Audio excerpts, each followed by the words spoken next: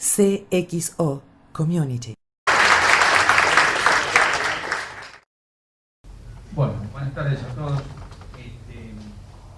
Justamente el tema que yo voy a tocar es la utilización del hardware y el software para la falsificación y la adulteración de tarjetas de crédito. También voy a hablar sobre cómo las organizaciones de delincuentes utilizan, cómo hacen caminar este tipo de tarjetas, dónde la utilizan, cómo acceden a la información, cómo la fabrican y finalmente qué hacen con el producido de estas acciones delictivas, ¿no? Lo primero que quiero mostrarles es que el fraude es muy antiguo. Esta es una parte del digesto Pandectas que lo extraje del libro de Rodríguez Zarco, que algunos conocerán, que es un gran investigador español con respecto a todo lo que sea fraude. Empezamos que en el año 533 ya existía el fraude, ¿verdad? Esto fue posteriormente, evolucionó con el derecho romano hasta los días de hoy para convertirse en lo que es la estafa y la defraudación que está presente en todos los códigos penales del mundo. Bueno, lo primero que vamos a ver del fraude es que hay tres elementos importantes, que son la habilidad, la ausencia de violencia y la metodología. La habilidad, ¿por qué? Porque cada defraudador toma para sí un modus operandi determinado. O sea, que el que es un cuentero utilizará esa modalidad, el que se dedica a la estafa, ya sea con tarjetas de crédito o de débito o mediante carpetas de crédito, que es muy común en los bancos, también adoptará ese modus operandi. Como dije, hay una ausencia de violencia y hay una metodología que es la actuación propia de la persona, porque obviamente se convierte en un protagonista. Lo vamos a ver siempre al estafador bien vestido, con buena presencia, buena educación. Es una forma de comprar, que nosotros compremos la presencia de él. Y finalmente va a utilizar medios que pueden ser artesanales o técnicos. Artesanales vamos a ver que son esas pequeñas estafas que son muy comunes, y los técnicos justamente a donde vamos nosotros, a la utilización del hardware y del software para el perfeccionamiento del delito.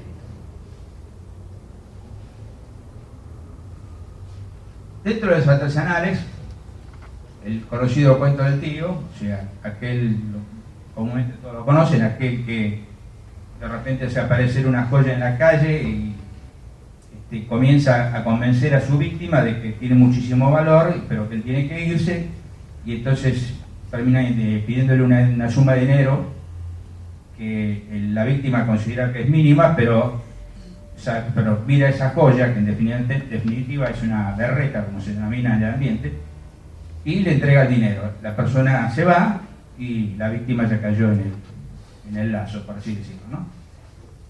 El famoso filomillo con los fajos de dinero falso, con el primer billete sí verdadero.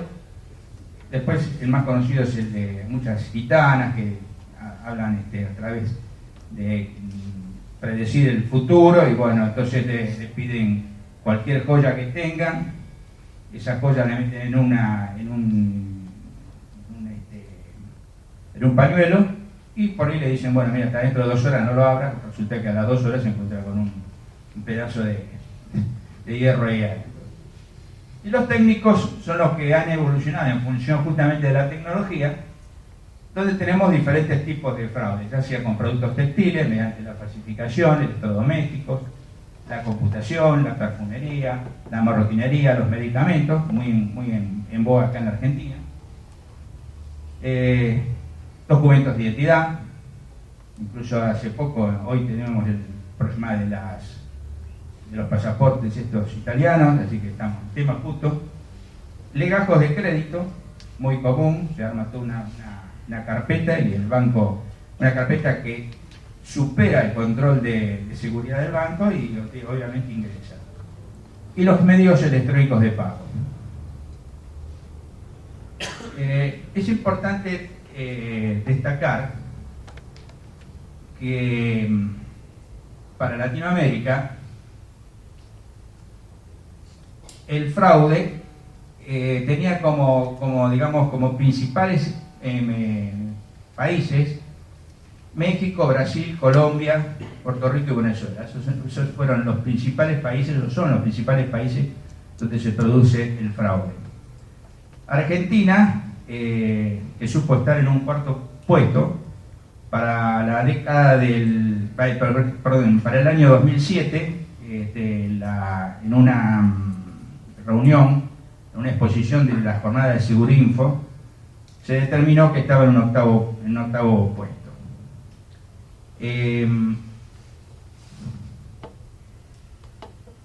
Acá tenemos los fraudes comunes por medios técnicos, falsificación de computadoras, de memorias, de programas,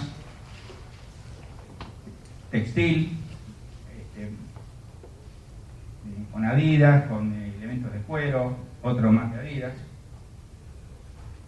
Y acá empieza lo que es el tema de medios de pago. Esto supo ser un elemento para superar el medio de control con las tarjetas de crédito. En esta hoja tenemos toda la historia de la persona, es una copia de pantalla, donde están todos los elementos que se pueden preguntar cuando llaman al usuario al control telefónico. Tiene cuántas tarjetas tiene su dirección de cobro, tiene todo. Esto, obviamente, utilizado por los delincuentes, ¿no? Acá están viendo un DNI totalmente falsificado. De hecho, la persona que ahí aparece como Frutos, en realidad tiene otro apellido y actualmente está en España. Fíjense cómo también hacen facturas de servicios, algo muy común para pedir un crédito hoy. Primero que piden un servicio a nombre de la persona, recibos de sueldo, resúmenes de AFJP, y fíjense, están todos a nombre de la misma persona.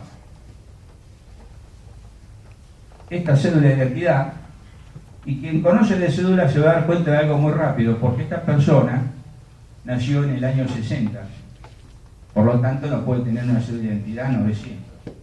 Evidentemente estaría fallecido con ese número de documentos. Pero para el común de la gente, esa cédula pasa.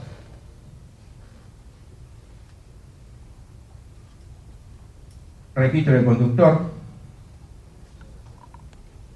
Bueno, tenemos dos modalidades importantes de lo que es el fraude con los cajeros automáticos, que fueron introducidos en el año 90 en esas principales entidades bancarias.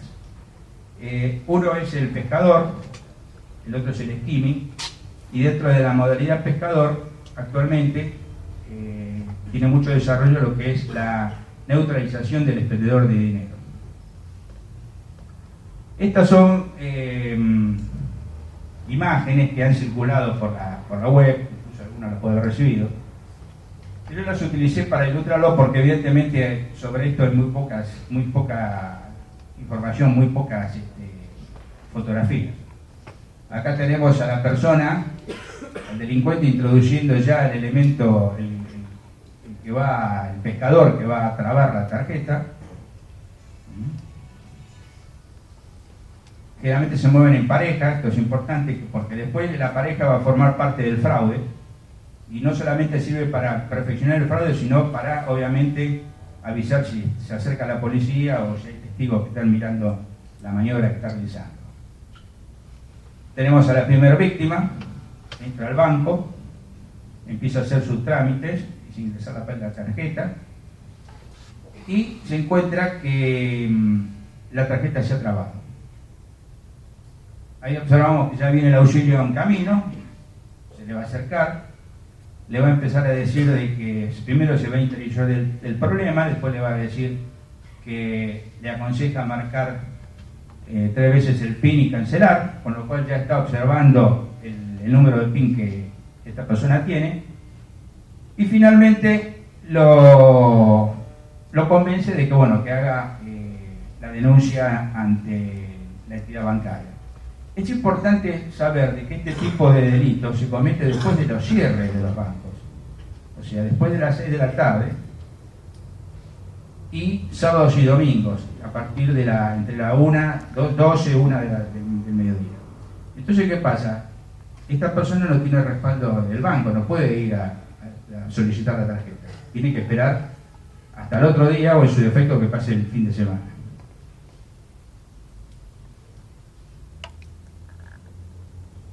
Bueno, como vemos, ya está tomando parte activa para recuperar el plástico que no va a recuperar.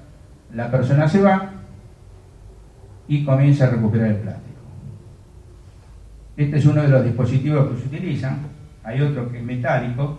Este se está armado mediante una radiografía.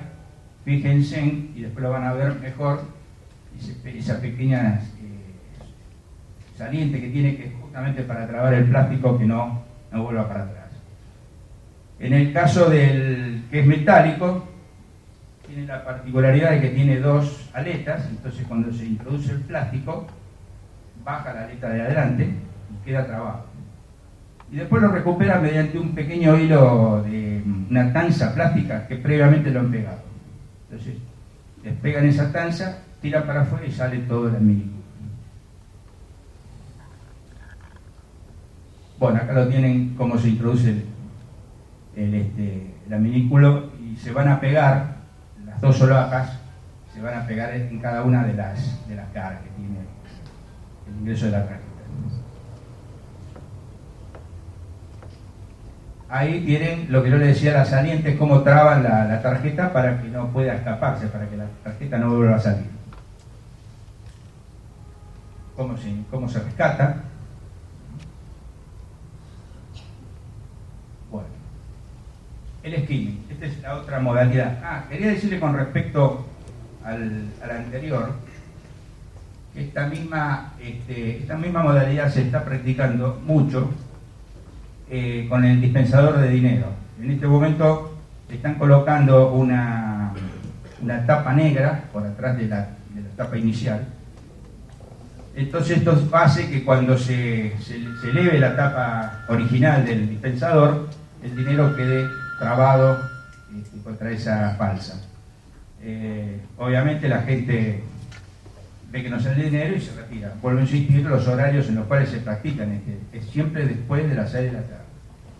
Entonces, ¿qué pasa? El problema es que al usuario le aparece la operación, porque en este momento, en este caso, la tarjeta ingresó y fue procesada.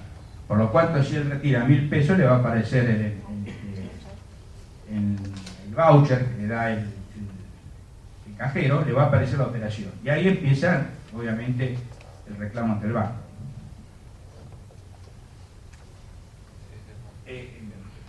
Bueno, la otra modalidad es el skimming. ¿Esta cuál es? Es la modalidad, la obtención de datos para luego fabricar la tarjeta y utilizarla. Generalmente este tipo de tarjetas se utilizan en la compra, o sea, hay muchas tarjetas que ahora van a ver cómo se clasifican, que finalmente son enviadas al exterior para una obtención mayor de renta. Porque la utilización de esta tarjeta como si fuera débito, en realidad está circunscrita al retiro diario, que son 1.000 pesos.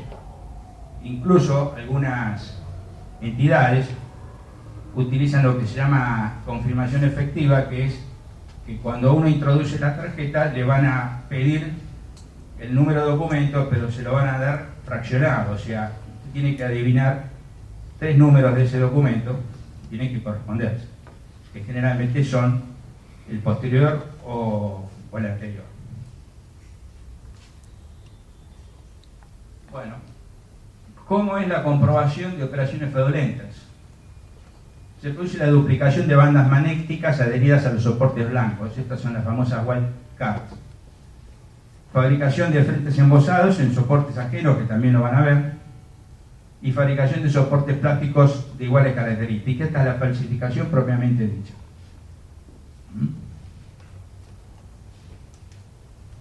La etapa de la maniobra es la captación del informe, o sea, los datos de la persona, los datos de la tarjeta, la selección de esos tipos de informes, la fabricación del plástico, las operaciones comerciales y la reducción de mercadería. O sea, en toda esta línea interviene una gran cantidad de personas.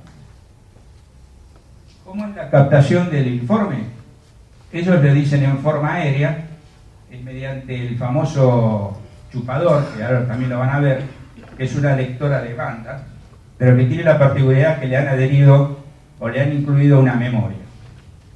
Y a su vez, para que no se gaste, se utiliza mediante batería, para que esa batería soporte, tiene un pequeño, digamos, botón que lo aprieta a la persona para que funcione en determinado tiempo para captar justamente los datos.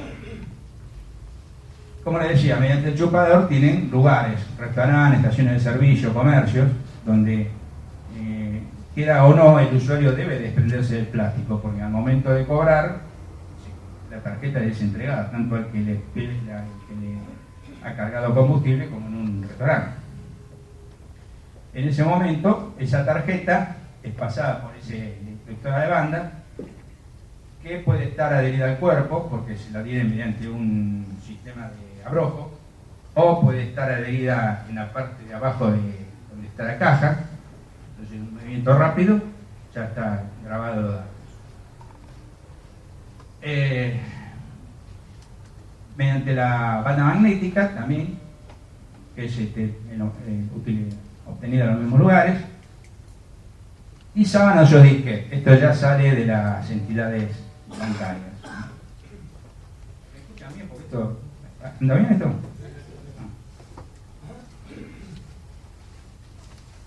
¿Cómo son los datos aéreos? ¿Cuáles son los datos aéreos que se obtienen? El número de tarjeta, el DNI, se puede llegar a obtener la fecha de nacimiento, la identidad emisora, apellidos y nombres y código de seguridad.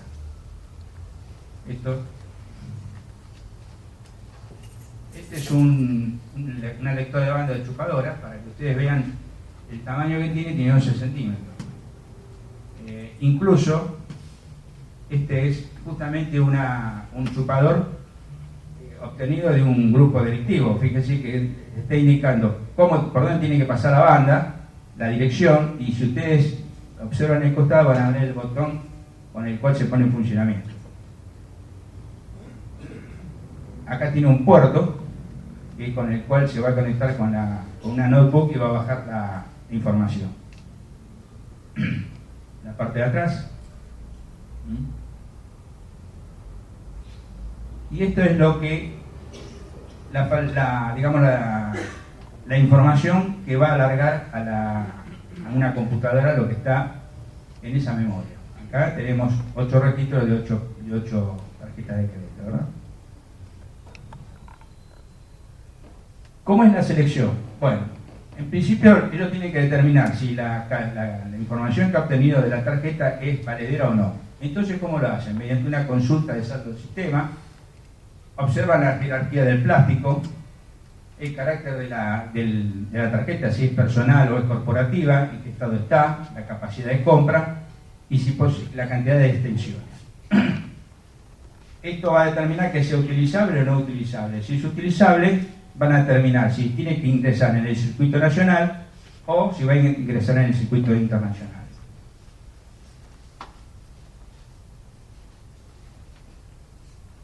La fabricación. Hay tres tipos de tarjetas. Las bandas magnéticas se utilizan exclusivamente, donde acá vamos a tener connivencia de comercios, porque la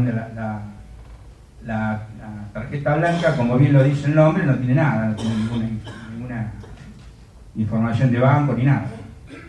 Los frentes son embosados, que son realizados en otro tipo de tarjeta, y la tarjeta terminada, que es la tarjeta totalmente falsificada. Estos son los denominados tarjetas blancas. Fíjense que ya cuando la entregan para caminarlo ya tiene información. Ya tiene el código de seguridad y tiene el monto máximo que se puede gastar con esa tarjeta.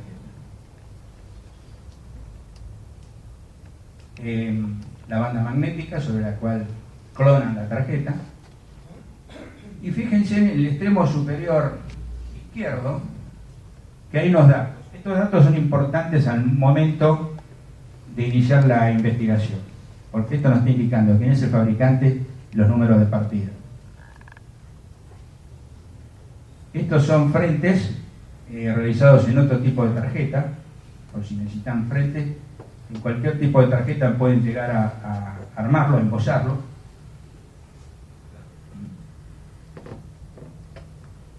Esta es una tarjeta totalmente falsificada. Si ustedes observan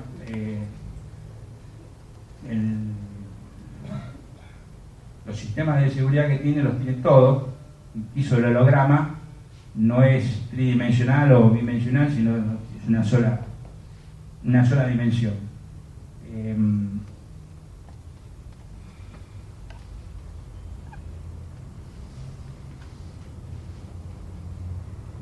La logística de fabricación.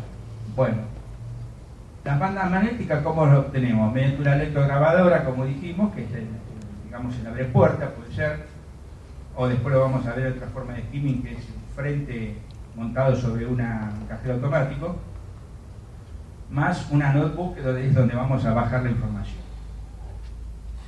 El plástico terminado, ¿cómo se efectúa? Mediante estas dos máquinas que tienen esta gente, son la Fargo 710 y la Fargo 720, y los frentes embosados se realizan directamente con una embosadora. Volviendo un poco para atrás, y historiando sobre el inicio del fraude con tarjetas acá en la Argentina, al principio las tarjetas fueron totalmente falsificadas sobre plástico, o sea, la banda magnética, como la podían conseguir, la pintaban. Entonces, en esa época era época en la que se hacían los vouchers, era más fácil hacer el fraude, porque no había necesidad de ningún tipo de control. Eso dio origen a lo que posteriormente fueron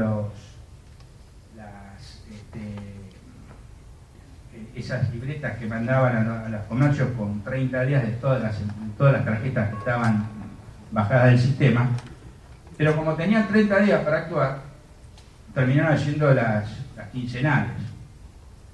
Entonces cada 15 días volvían, pero siempre tenían tiempo los tipos para actuar, porque decían, bueno, en 15 días puedo comprar. Después vino el validador electrónico, que es el POS, y al principio se podían ingresar manualmente las tarjetas, por lo cual, bajo la excusa de que no andaba la banda magnética, ¿qué hacían? Le ingresaban manualmente y obtenían otra vez la famosa autorización. Y finalmente ahora ya también se sacó el ingreso manual, por lo cual sí o sí tiene que andar la banda magnética.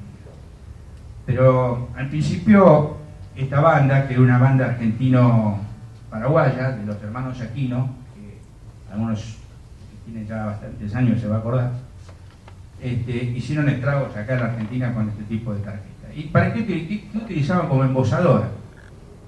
Miren qué cosa increíble. Las empresas de tarjeta de crédito, como iban renovando sus equipos, las vendían, las embosadoras. Y las embosadoras las compraban las obras sociales, para hacer las tarjetas de los socios.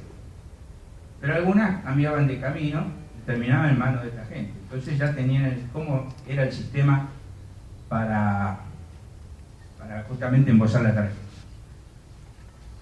El tema de la embosadora es importante porque después en la parte investigativa va a entrar la parte técnica, que son dos elementos. Uno es el desgaste que pueden tener las embosadoras, que se convierten desde el punto de vista de los técnicos policiales, van a encontrar elementos que se convierten en identificatorios, así como en los proyectiles son las estrías del cañón, y en este caso también la embosadora va sufriendo con el paso del tiempo un desgaste y eso se convierte en un símbolo identificatorio dentro del plástico.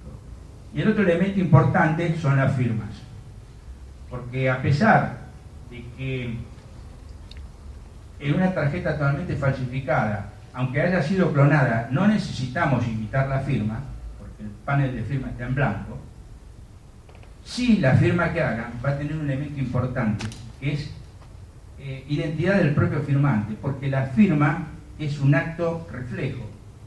Y aunque yo quiera imitar o quiera totalmente cambiarla, siempre dentro de esa firma va a haber un elemento que me identifica. O sea, si yo tengo identificado quiénes son los posibles delincuentes y tengo firmas de ellos y escritos, que es lo que tengo que obtener, tengo la posibilidad de llegar a identificar quién es el que firmó esa o quién hizo ese fraude. Yo les iba a traer una pericia, pero no la pude encontrar, donde justamente se trabajó sobre las firmas. Entonces, determinado fraude ya sabía que había sido firmado por Sultano, otros había sido por Mengano, y entonces ya se tenía totalmente conocimiento. Esto es importante porque a veces, a pesar de que la justicia se ha desarrollado, hay elementos técnicos o elementos que todavía no lo logran entender. Entonces, es muy problemático que un juzgado realice toda una investigación y llegue a buen puerto con esto. O sea, siempre tiene que tener un técnico, un experto que les indique dónde está el elemento. Estas son las embosadoras. Yo les recuerdo que para quien no las conoce, las embosadoras originales eran del tamaño de esa mesa, obviamente del suelo, y hacían todo. O sea, no solamente embosaban, hacían las características de la tarjeta con los números, sino que grababan la banda magnética. Fíjense en lo que es ahora. Acá la tienen cerrada. Bueno, ¿cuáles son las operaciones comerciales? ¿Cómo, una vez efectuado el plástico, cómo ese plástico empieza a caminar? Hay una red internacional y una red nacional, ¿verdad? Una red internacional, Bolivia, España, Miami, y tienen que retornar al país, porque todo lo que compran, después ellos la información la obtienen y ahí controlan, porque si no sería muy fácil una persona con un plástico sale a comprar y le devuelve el 10%. No, ellos no, ellos saben exactamente cuál es el gasto que ha tenido esa tarjeta. Cuando fue lo de las Torres Gemelas, fue terrible para ellos porque Miami lo tuvieron que sacar de su circuito porque la identificación de todos los que ingresaban a Estados Unidos era terrible, así que en ese momento tuvieron que volcarse sobre Europa. Y en la red local, estaciones de servicio, comercios, adquisiciones mediante el self-service. Todavía hay un self-service donde uno por ejemplo, la carga de combustible, carga y paga con la tarjeta. Directamente todo lo hace uno. En el caso de estaciones de servicio y comercios, hay una connivencia de empleados o de comerciantes. Esto ha existido toda la vida, pero siempre hay que estar sobre él. Bueno, otra modalidad, otra forma que tomó esto fue mediante los cupones cuando existían. Entonces estos se cambiaban por dinero efectivo o por acreditación bancaria automática, y en el mercado local mediante empleados desleales, que fue el caso, por ejemplo, hay muchos casos cuando se producen promociones.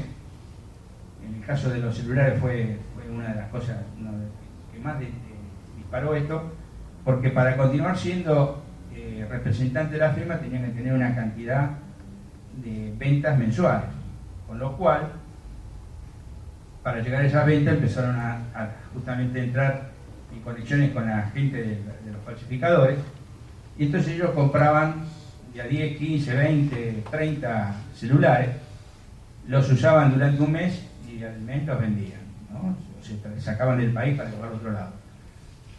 Pero esto determinó que fuera más problemático seguir los aires, porque como cada mes cambiaban de celular, no había forma de seguir las comunicaciones, ni se sabía cuál iba a ser el próximo celular. Y en todo esto entraban justamente las carpetas de crédito, cómo se presentaba, cómo presentaba una sociedad, cómo la hacían creíble, y de esa manera volvían otra vez a superar el control de seguridad. Bueno, los de plásticos terminados también, dirigidos al mercado internacional, Europa, Estados Unidos, Francia, España e Italia, preferentemente zonas turísticas, el valor del plástico terminado, y en el mercado local, los comercios adheridos como el otro.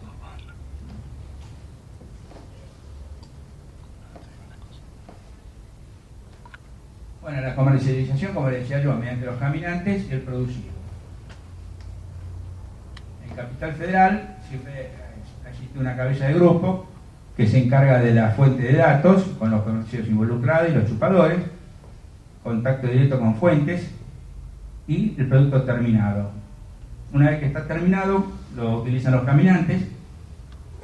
En comercio exterior, compras locales y luego esto es reducido, ¿no? Y vuelve otra vez al mercado la misma mercadería. República Argentina, fuente de datos, chupadores, fabricación del producto terminado, residente y cómo es enviado al exterior. El producido ingresa por el aeropuerto de Ezeiza, donde obviamente el ingreso es expedito, y vuelve otra vez al reducido. Bueno, estas también son imágenes que ustedes la deben haber visto, que es la del famoso frente que se coloca sobre un cajero. Quien lo observa, está todo bien, pero tiene sobre frente, tiene un sobrefrente del mismo color, y no solamente que cuando ingresa también tiene una lectora por la cual se puede llegar. Puede estar ahí la lectora como puede estar en la puerta, como hicimos hoy también en el abrepuerta. Enfrente del cajero, y acá observamos el primer elemento, la cámara, que podemos observar, que es la que está tomando, no solamente toma el frente del cajero, sino el teclado del cajero. Esta es la cámara, como está formada, como está colocada. Y como es inalámbrica, la imagen puede llegar hasta unos 200 metros del lugar, recuerdo que lo revisa que bueno, en el que bien le decía hoy, discúlpenme que vuelva para atrás, con el tema del dispensador de dinero, justamente por el cómo protegernos y cómo proteger al cliente. Ahora después voy a hablar sobre ese tema. Pero lo importante desde el punto de vista de la investigación es que tenemos que tener un histórico de las organizaciones conocidas, porque esta gente siempre vuelve a reiterar su modalidad delictiva. O sea, lo importante es tener, incluso yo aconsejo que cuando cualquier tipo de modalidad, cualquier tipo de fraude que se produzca, siempre ir al histórico. Si hubo causas, qué causas hubo, quiénes fueron los que estuvieron afectados en esa causa, porque seguramente lo vamos a volver a encontrar en el mismo lugar. Archivo histórico de los comercios vinculados. Si no han sido sancionados y continúan dentro de nuestro conjunto de comercios, por lo menos tenerlos controlados, porque justamente tiene relación con este tipo de delitos. Intercambio de información con otras entidades, aunque sé que esto es bastante difícil, porque a veces la política de los bancos no permite decir cuáles son las afectaciones. Entonces, esta información corre off the record, pero es importante que sea off the record porque no solamente nos dan información sobre nuevas modalidades, sino sobre quiénes están presentes. En caso de tener el plástico poco, como les dije, van a analizar, porque vamos a encontrar desgastes en la letra, dibujos, fotografías del anverso reverso que son tienen características, como por ejemplo puede ser una falta de pintura en algún lugar, y eso se vuelve a reiterar en otros planos. Eso es una falta de origen, pero que a nosotros nos sirve para identificar. Los hologramas, que ya sabemos que esta gente utiliza realmente hologramas en una sola dimensión. La banda de firma del usuario, porque a veces no coincide la banda que utiliza el sistema con la que le han colocado, y los códigos de seguridad.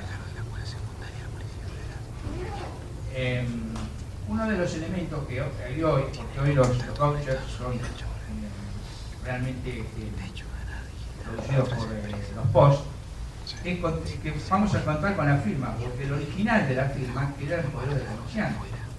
El supuesto usuario se lleva identificado, pero ese original es importantísimo porque es sobre el cual podemos llegar a hacer algún tipo de pericia caligráfica para determinar justamente quién es la persona, si está relacionado con quien nosotros suponemos que es el sospechoso, y de esa manera poder armar un cuadro de prueba que puede sí llegar a ser resultado de una sede judicial. Lo que dije no tiene que imitar la firma, porque como se llama ya el panel de firma está en blanco, así que no tiene necesidad, pero siempre lleva signos de la firma del delincuente. Observar los números de partida en el caso de los plásticos secuestrados. ¿Por qué? Porque hay muchas empresas que son nacionales y podemos llegar a saber a dónde fueron vendidas. ¿Y esto por qué? Porque generalmente en otros casos de falsificación se ha dado el caso, por ejemplo, con respecto al PET, que se fabrica, es ese que hace de las botellas de gaseosas. En realidad, me acuerdo de un caso de elementos para el campo, que había una sola fábrica que hacía eso. Entonces, le solicitó la información a esta gente y llegamos a establecer que eran pequeñas empresas. Y constatando las empresas, eran empresas inexistentes. El domicilio que daban no correspondía, las personas tampoco. Entonces ya teníamos identificado cuál era el que compraba esa partida de efecto. En este caso es exactamente lo mismo y puede llegar a coincidir que sean obras sociales o entidades pequeñas que utilizan los plásticos como medio de identificación. ¿Cómo proteger al cliente? Bueno, mediante una comunicación permanente con el usuario respecto a aquellos fraudes que los pueden afectar y que nosotros consideremos que podemos publicar o hacerlo público. Un mayor control sobre los comercios, aquellos, como dije hace un rato, que se presuman que están vinculados a este tipo de delincuentes, y la sanción efectiva de estos comercios para excluirlos de la nómina de entes, porque de esa manera sacamos lo que nos está costando. Bueno, hasta acá. Gracias.